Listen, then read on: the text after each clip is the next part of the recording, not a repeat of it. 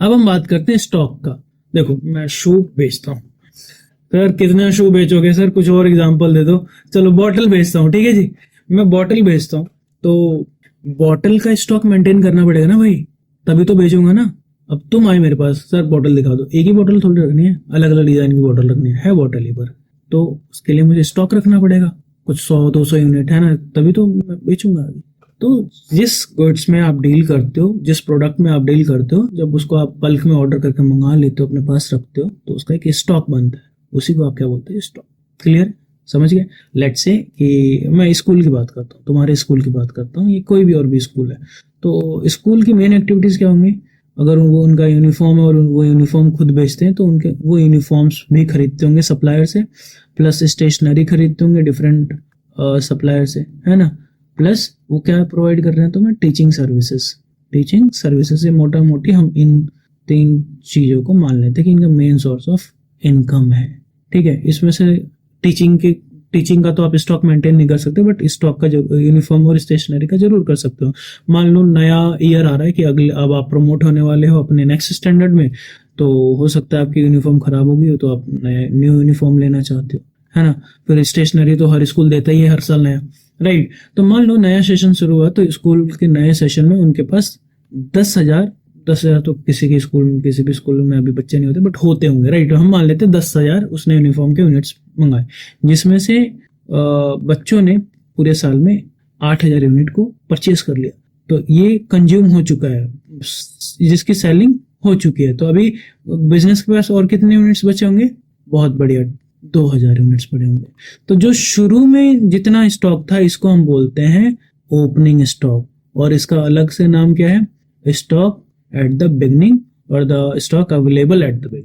और यहाँ पे जो बचा है ये आपका क्या है, क्लोजिंग स्टॉक है, या remaining stock at the end, जिसको आप बोलते हैं। क्लियर, ये हो जाएगा। अब ध्यान से सुनना, हर बिजनेस का एक अकाउंटिंग साइकिल होता है, एक अकाउंटिंग पीरियड होता है, ठीक है। अकाउंटिंग साइकिल तो हम समझते हैं, अकाउंटिंग पीरियड, और ये अकाउंटिंग पीरियड 12 मंथ्स का होता है, ठीक है। अभी 12 मंथ्स आपका 1 जैन से शुरू हो सकता है, ठीक है, और 31 दिसंबर को खत्म हो सकता है, ठीक है।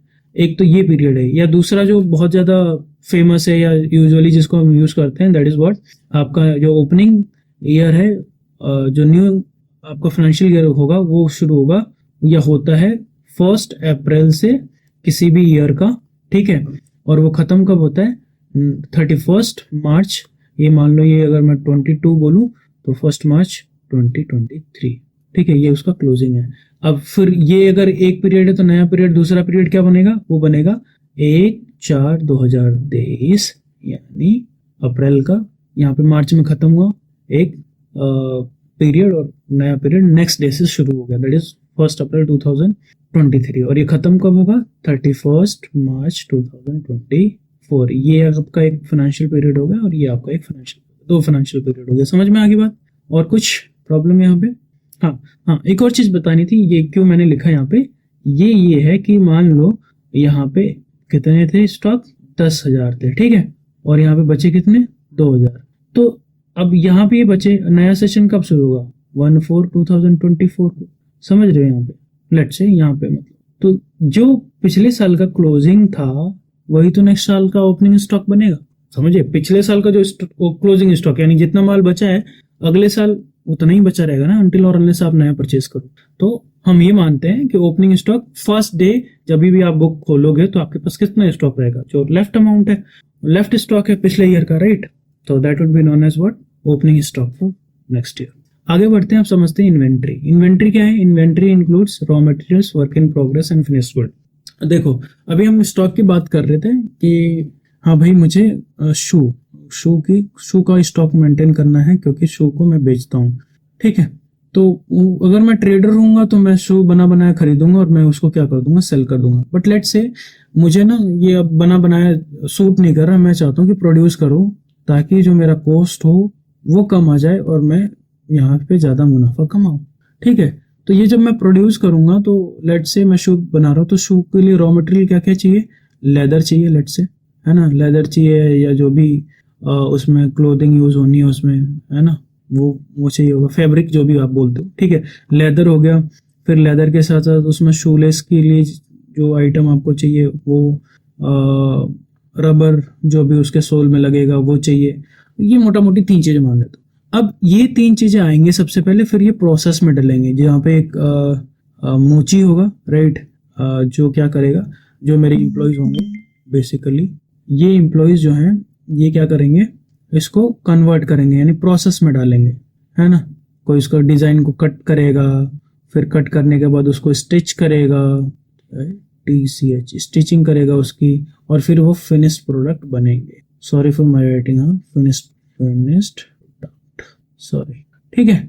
तो यहाँ पे क्या है, यहाँ पे रॉ मटेरियल हमारे पास, फिर यहाँ पे प्रोसेसिंग हो रही है, और प्रोसेसिंग होने के बाद हमारे पास फिनिश्ड गुड आ रहा है। समझ में आएगी बात। तो एक चीज समझना है यहाँ पे, जिस गुड्स में हम डील करते हैं उसको जब हम बल्क में खरीद के एक स्टॉक मेंटेन करते हैं उसको हम क्या बोलते हैं, स्टॉक, ठीक है।